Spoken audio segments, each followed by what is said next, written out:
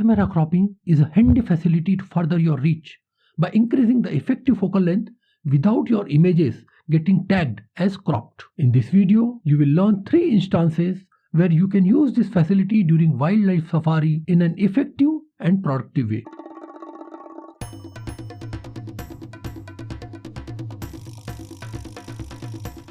Let us first understand what the in-camera cropping is, where it is present in your camera, and how to use it. For demonstration, I am using a Nikon D4S camera, but same will be applicable to any Nikon model, as you will see later in this video. However, if you have other brands, then please check where you can find it. Understand the basics.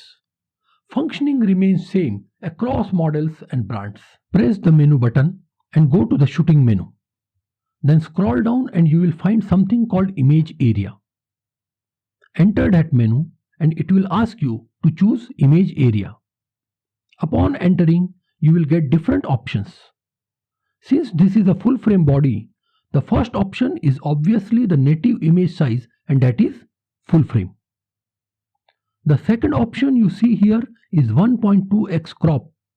That means the image area recorded will be 1.2 times smaller than the full frame. Then you have an option called DX, which is basically a 1.5x crop. If you use this, then the image area captured will be 1.5 times smaller than the full frame.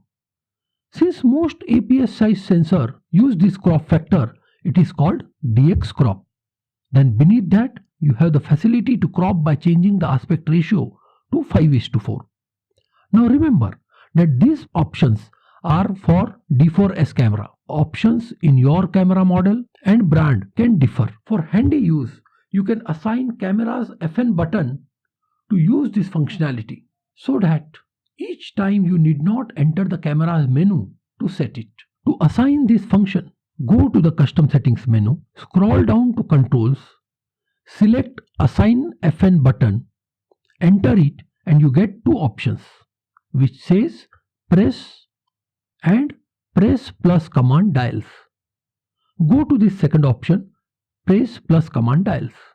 By the way, I have assigned the press FN button to bracket my shots. That means if I press the FN button, I can bracket my shots. Let us not discuss that bracketing here, since it will be off tracking and not within the purview of this video. I will post a video on this channel for bracketing in coming days. Enter this press plus command dial and select choose image area. If you enter further, then you can select which type of crop factor will appear once you rotate the command dial. Full frame is selected by default since it is a native image size. I select 1.2x and 1.5x crop and deselect 5:4 ratio because that I will never use. So once you have assigned the functionality to the camera button, it becomes super easy to quickly change the image area on field. Let us see with example. I have composed a flower with D4S camera and 105 micro lens. With full frame and using 105 lens, this is the area of image which will be captured. I press the FN button and rotate the command dial to select 1.2x crop factor, and you can see that the coverage area reduces. If I set the crop factor to 1.5x, it reduces further. And you can notice how swiftly I am able to change this by just pressing the FN button in front of the camera and then rotating the command dial. Now let us dive into and discuss those 3 instances to use this crop facility for wildlife photography. But before that, let me clear one doubt.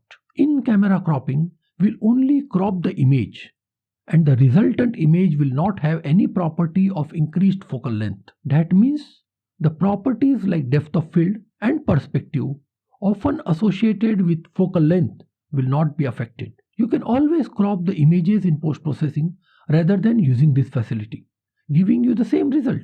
So why to use this facility in first place? What is the advantage of using this in-camera crop facility? The first advantage is technically your images will not be tagged as cropped, which sometimes may prove advantageous if you submit images for competitions in which cropping is not allowed or is discouraged. Number 2 advantage is it will improve your composition skill. since you will be forced to compose properly in camera without the complacency of doing it later in post-processing. Number 3. It will use less memory in your card, making the picture taking process faster, clearing the buffer fast, and allow you to shoot more frames within the card capacity. Now coming to the practical use in wildlife photography. 3 instances.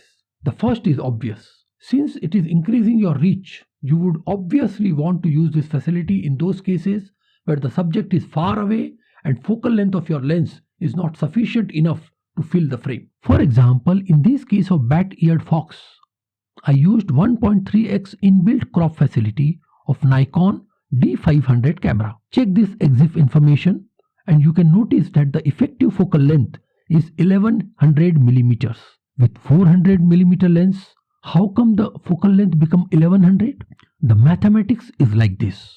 400 millimeter focal length lens over a DX body of Nikon D500 having 1.5x crop factor makes an effective focal length of 600 millimeter. In this case, I used a 1.4x converter. So multiplied at 600 with 1.4 and the effective focal length becomes 850 millimeters.